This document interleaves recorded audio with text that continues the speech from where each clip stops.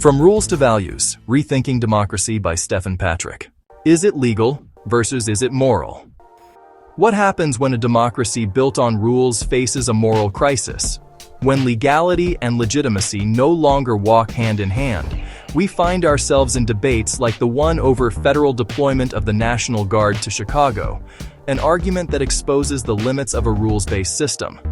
The deeper question is this: what if democracy itself were built not on rules, but on values? Rules-based democracy. The machinery of control. In our current framework, the engine of governance is legality. Power flows from constitutions, statutes, and court interpretations. The question is not whether an action is right, but whether it is allowed. The law defines legitimacy. The rulebook is the scripture. That's why, in moments of conflict, say a federal deployment opposed by state leaders, each side runs to the nearest legal hilltop. The president can claim, "The law allows it." Governors and mayors counter, "The law forbids it." And the people are left divided, watching a system designed to arbitrate power rather than nurture wisdom.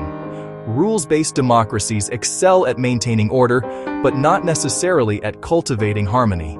They produce compliance, not coherence.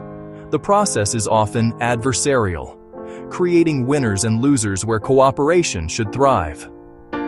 Values-based democracy. Governance by shared humanity.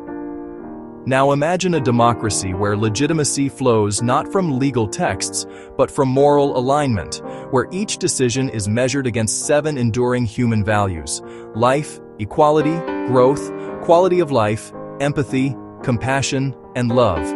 In such a system, the first question before any policy is not, is it legal, but does it enhance life and equality for all? Law becomes the servant of value, not its substitute. Leaders are validated not by partisanship or popularity, but by their fidelity to these universal measures of human flourishing. Power is no longer something one side wields over another.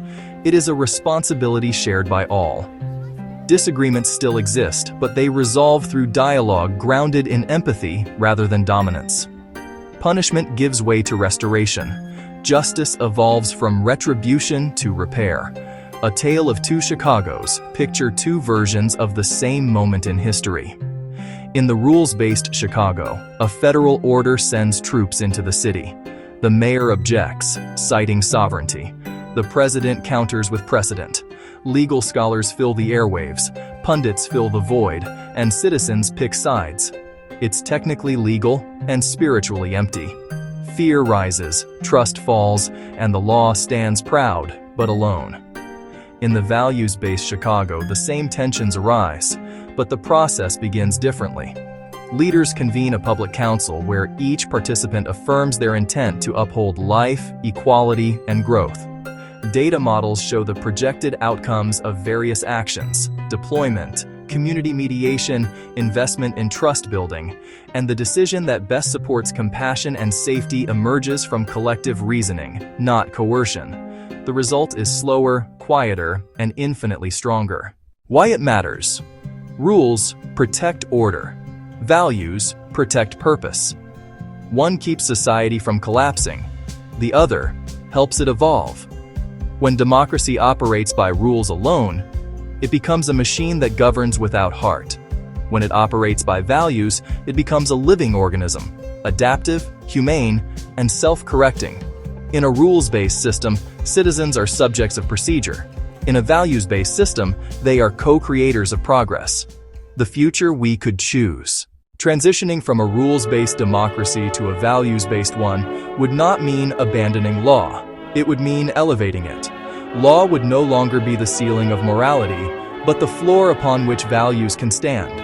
The arguments that currently divide us, legal versus illegal, right versus left, would evolve into a single question: does this decision honor the shared values that sustain life itself?